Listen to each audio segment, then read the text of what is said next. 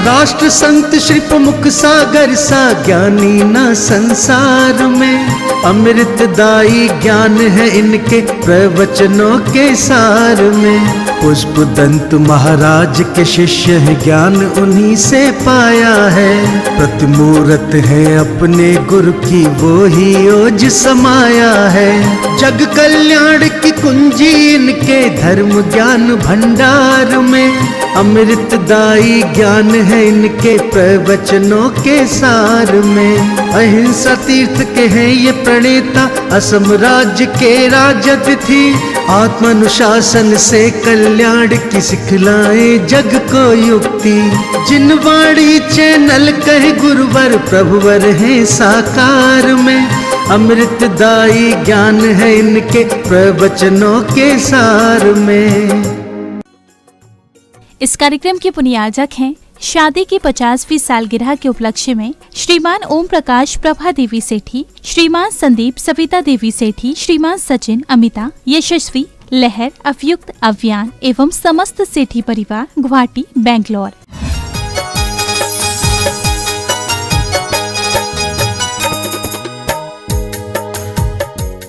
नमोकार मंत्र की चर्चा हमारी चल रही है।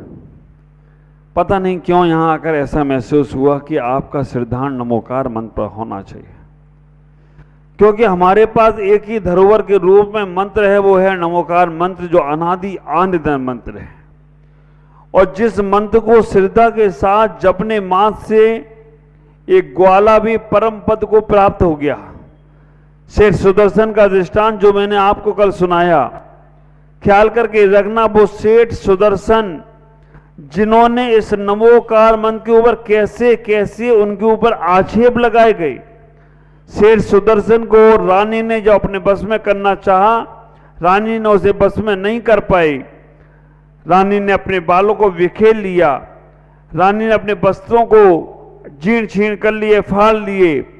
और आप विचार करके रखना, रानी ने जब शेठ सुदर्शन को अपने महल में बुलवाया, अगर वो पूरा उदाहरण पूरा दृष्टांत आपको बताने का प्रयास करूं तो आपको भी आश्चर्य लगेगा कि ऐसा भी हो सकता है। जिनागम की बिल्कुल सत्य घटना है कि रानी जब शेठ सुदर्शन, जब वो स्वर्ग नाम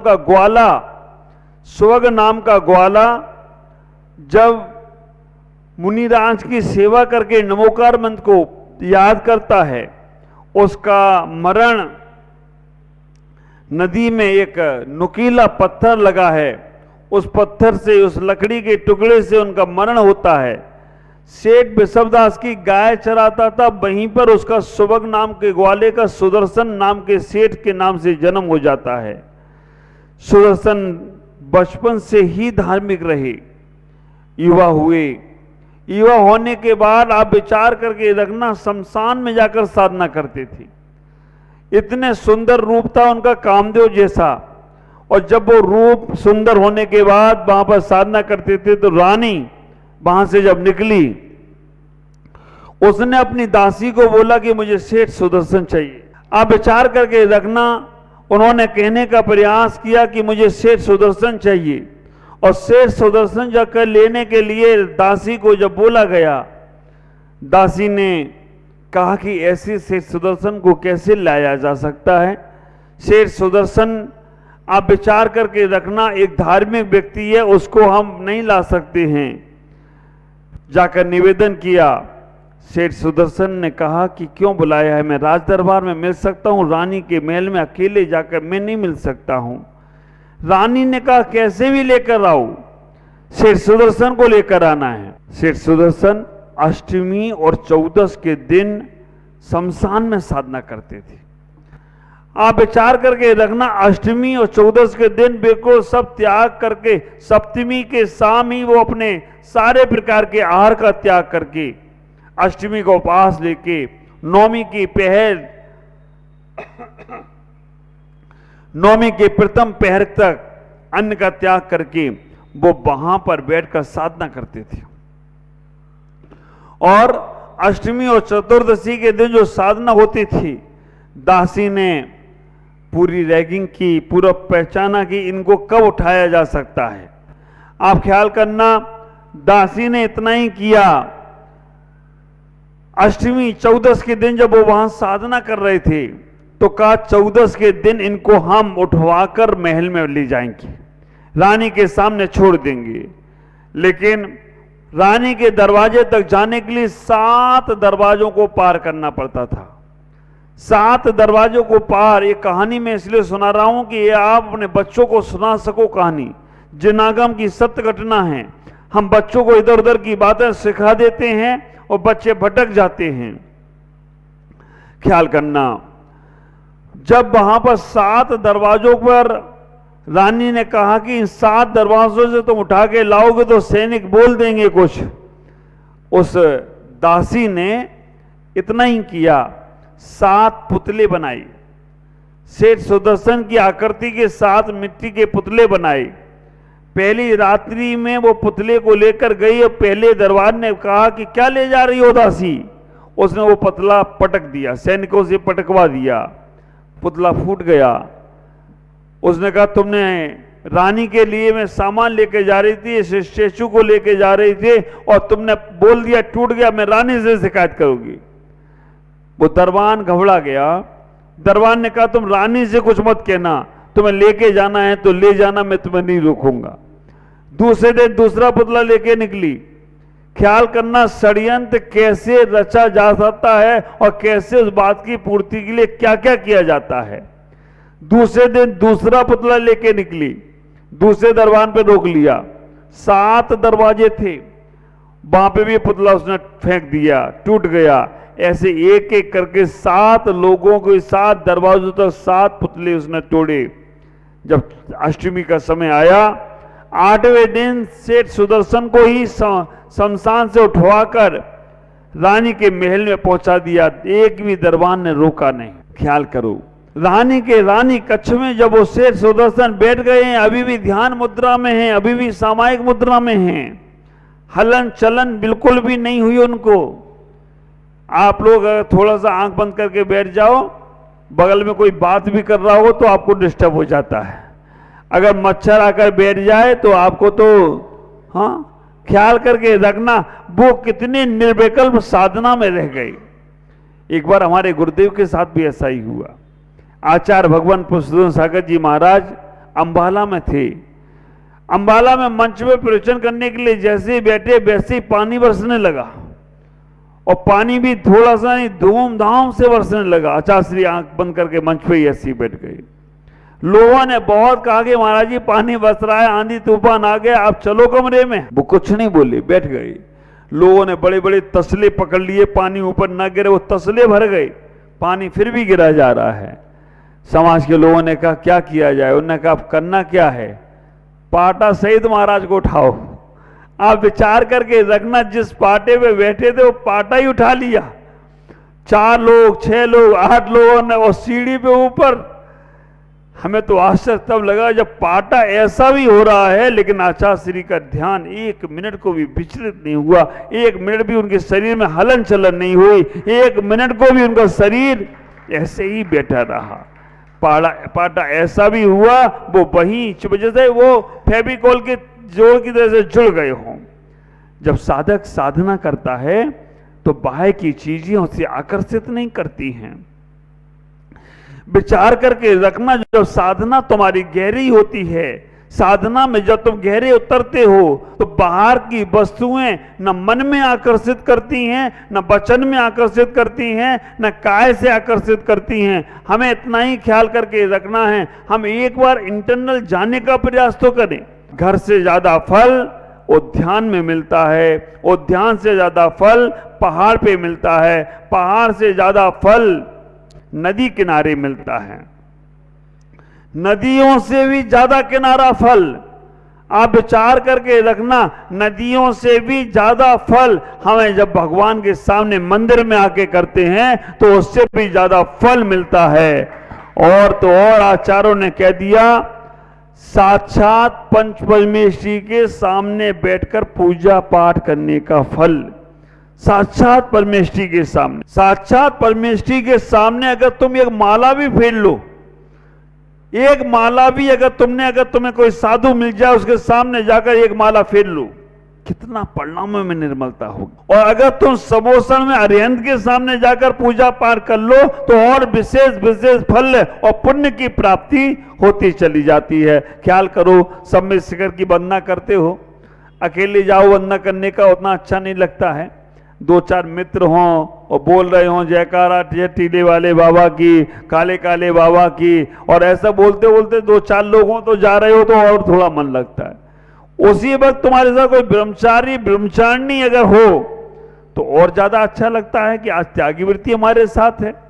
छुल्लक जी और छुल्लका माता जी भी हों और आनंद आता है। मुनि महाराज हों और उनके साथ पहाड़ की वंदना करो तो और आनंद आता है। और आचार्य परमेश्वरी के साथ अगर वंदना करने का सौभाग्य मिल जाए तो और विशेष फल मिले, विशेष आनंद बरसे तो कोई आश्चर्य नहीं होगा।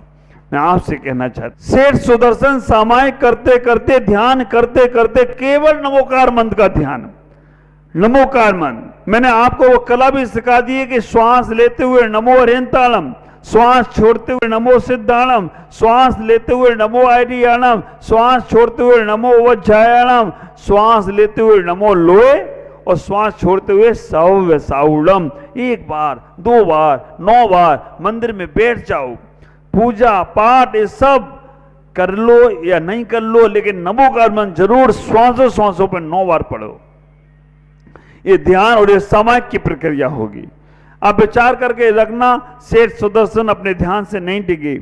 रानी ने उन्हें खूब मनाया। रानी ने कहा मैं तुम्हें अपना राजा आधा राज दे दूंगी, तुम मान तो जाओ, एक बार तुम मेरी बात मान लो। सेठ सुदर्शन को टस से मस नहीं हुई। सेठ सुदर्शन के मन में थोड़ा भी विचलितपन नहीं आया। आखिरकार प्रातःकाल होने लगी, भोर होने लगा, सुबह होने लगी। रानी ने कहा अब अगर ये यहां दिखे और मैंने कुछ नहीं किया तो मुझे राजा बड़ा दंड देगा। रानी ने अपने बालों को बिखेर लिया, कपड़ों को फाड़ लिया और जोर जोर से चिल्लाने लगी, इसने मेरी इज्जत खराब कर दी, इसने मेरी इज्जत लूट ली। सैनिक आए, सैनिकों ने देखा वहां पर एक युवा साधना कर रहा है। राजा को बुलाया गया, राजा को भी गुस्सा आया। राजा ने इतना ही कहा कि इसने रानी के पास में आया कैसे। हकीकत मालूम नहीं पड़ती है तो हम गलत चीजों पे ही हम निर्णय ले लेते हैं। ख्याल करना, अक्सर मैं बोलता हूं खुशी में कभी कोई वादा नहीं करना और गुस्से में कभी कोई निर्णय नहीं लेना। खुशी में जो लोग वादा कर देते हैं, वादा निभाना मुश्किल पड़ता है। खुशी में वादा करने वाले राजा दशरथ, जिनने जब कैकेयी ने युद्ध जिता दिया, खुशी खुशी में वादा कर दिया मांगो क्या मांगना है। बाद में राजा दशरथ के साथ क्या हुआ। खुशी में वादा करने वाले राजा पद्म, चारों मंत्रियों को उन्होंने वचन दे दिया। विचार करना, बाद में खुशी में वचन नहीं देना और गुस्से में कभी निर्णय नहीं लेना। कैकेयी ने गुस्से में निर्णय लिया, अब विचार करना उसके साथ क्या व्यवहार हुआ। इतना ही विचार करना, राजा ने गुस्से में निर्णय ले लिया और सेठ सुदर्शन को सूली का फंदा सूली पे चढ़ा दो। सेठ सुदर्शन ने कोई सफाई भी नहीं दी। ख्याल करना, सफाई वो लोग देते हैं जो गलतियां करते हैं। जो सफाई, जो गलतियां करते नहीं हैं, समय उनको शाश्वत रखता है, समय उनके साथ देने का प्रयास करता है।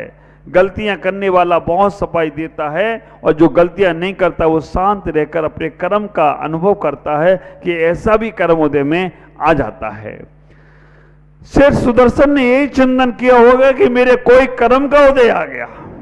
शेर सुदर्शन ने यही चिंतन किया कि मेरे कोई कर्म का उदय आया है, मेरे जब कर्म कटेगा तभी मैं मौन खोलूंगा, तभी मैं निद्रा अपने सामायिक से उठूंगा। बैठे रहे, सूली पर उन्हें फंदे में चढ़ा दिया गया।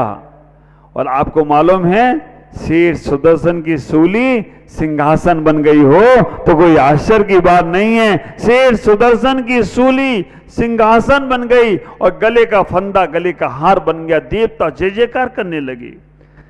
केवल सेठ सुदर्शन नमोकार मंत्र ही जप रहे थे। कितना बड़ा भी संकट आ जाए, नमोकार मंत्र की आराधना कभी नहीं छोड़ना। नमोकार मंत्र, मेरे गुरुदेव कहते हैं, उनके जीवन का एक उदाहरण है। मेरे गुरुदेव कहते हैं, जब वो युवा लाइफ में थे, कॉलेज लाइफ में थे, किसी की शादी हुई नई नई, उनने कहा सुशील, उनका नाम सुशील था, सुशील पिक्चर देखने चलना है, नाइट शो, हम पति पत्नी दोनों ही हैं, अकेले हम लोग जाएंगे, हमें डर लगता है, तुम भी साथ चलो। उनने कहा भाई तुम दोनों की शादी हुई, तुम दोनों चले जाओ, हमारी क्या जरूरत है। उनने कहा फिर भी मैं तुम्हें लेके जाना चाहता हूं, तुम भी चलो। आचार्य कॉलेज लाइफ में थे, बीएससी पढ़ रहे थे। उनने कहा कोई बात नहीं, मैं चलूंगा, लेकिन मैं तुम्हारे साथ बैठ के पिक्चर नहीं देखूंगा, तुम्हें कहीं बैठना है, मैं कहीं बैठ के देख लूंगा, अकेला हूं मैं तो, मेरे तो कोई हुआ नहीं शादीबाजी, तुम्हारी शादी तुम देखो। दोनों ने, उन लोगों ने फर्स्ट क्लास के टिकट लिया, चाची ने आगे के टिकट लेकर बैठ गए। रात के 12 बजे 1 बजे पिक्चर छूटी, और जब वो दोनों पति पत्नी और वो सुशील भाई, गुरुदेव आचार्य भगवान पुष्पदन सागर जी महाराज, रात्रि को तीनों जो आ रहे हैं, और तीनों आ रहे हैं, उनके घर से टाकीज तक जाने का रास्ता ज्यादा दूर नहीं था, मुश्किल से आधा 1 किलोमीटर था, लेकिन रास्ते में शमशान पड़ता था। और ऐसा डर लोगों ने लगा रखा था कि शमशान में भूत प्रेत दिखते हैं।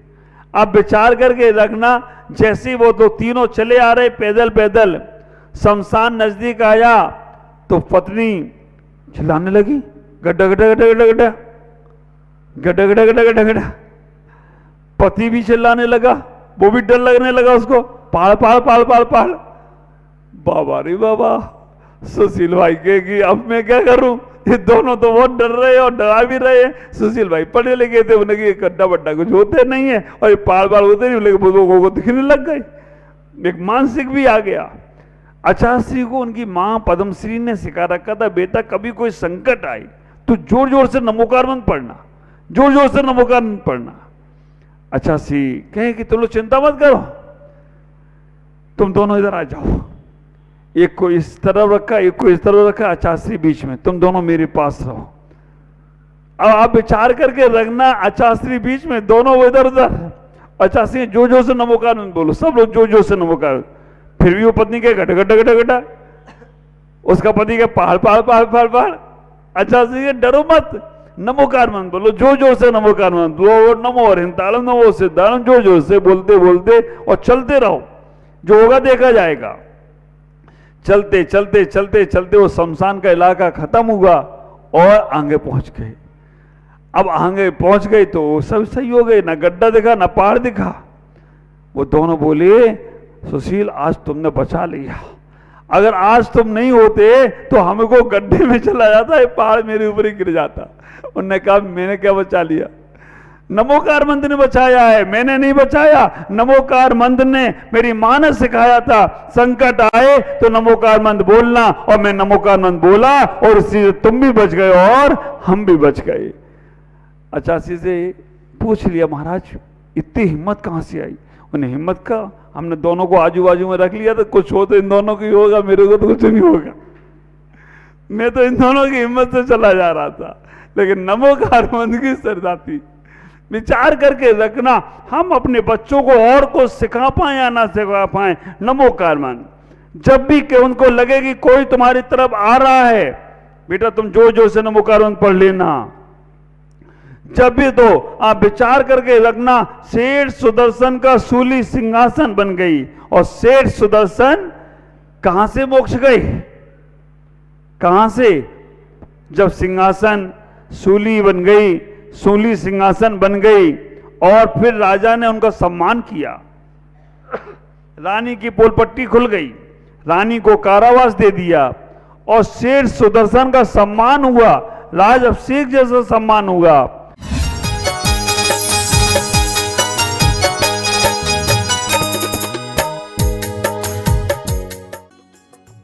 इस कार्यक्रम के पुण्यार्जक थे शादी की 50वीं सालगिरह के उपलक्ष्य में श्रीमान ओम प्रकाश प्रभा देवी सेठी, श्रीमान संदीप सविता देवी सेठी, श्रीमान सचिन, अमिता, यशस्वी, लहर अवयुक्त अभियान एवं समस्त सेठी परिवार, गुवाहाटी, बैंगलोर।